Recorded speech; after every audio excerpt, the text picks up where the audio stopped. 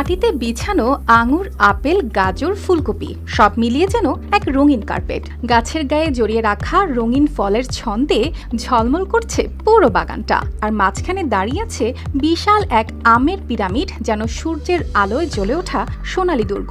এই দৃশ্য কোনো উৎসবের নয়, এটি তাজিকিস্তানের রাজধানী দুশানবের রাষ্ট্রপতি প্রাসাদের উঠোন, যেখানে প্রকৃতির রং, ঘ্রাণ ও সৌন্দর্যে তৈরি হয়েছে এক অনন্য কূটনৈতিক অভ্যর্থনা রাশিয়ার প্রেসিডেন্ট ভ্লাদিমির পুতিনকে স্বাগত জানাতে।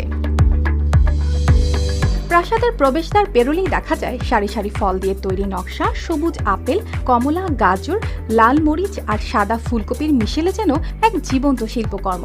প্রতিটি গাছ যেন নিজের ফলের সাজে পড়েছে উৎসবের পোশাক। কেউ বলছিলেন এ যেন প্রকৃতির হাতে আঁকা রাষ্ট্রীয় শিল্প।